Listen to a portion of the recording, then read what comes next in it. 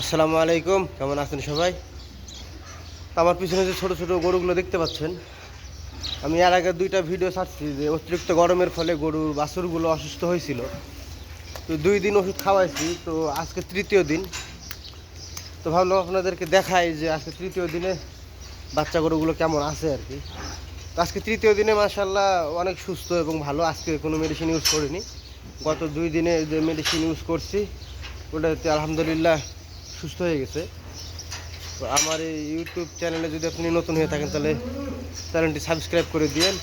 আর Facebook page থেকে দেখলে পেজটি ফলো করে দিয়ে পাশে থাকেন, যাতে সৌদি আরবের গরুর খামার বিষয়ে নিত্য নতুন ভিডিও আপনাদেরকে উপহার দিতে পারি।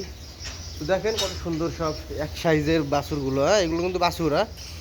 আর আমার এই পাশে যেগুলো দেখছেন এগুলো কিন্তু বড় গরু। তো এই বাছুর গরুগুলো আপনার মানে পাতলা পায়খানা করছিল, মানে দুইটা ভিডিও আমি ছাড়ছি আবার ইউটিউব চ্যানেলে, চাইলে আপনারা গিয়ে ঘুরে দেখে আসতে পারেন, সব বিস্তারিত বলা আছে। তো আজকে মাশাআল্লাহ অনেক সুস্থ এবং ভালো আছে। তো এটাই আর কি আপনাদের মাঝে শেয়ার করার জন্য ভিডিওটি বানানো। এই এই যে কালো যে এগুলো দেখতে পাচ্ছেন এগুলো কিন্তু অন্য প্রজাতিরা, এগুলো কিন্তু আমেরিকান প্রজাতি এগুলো।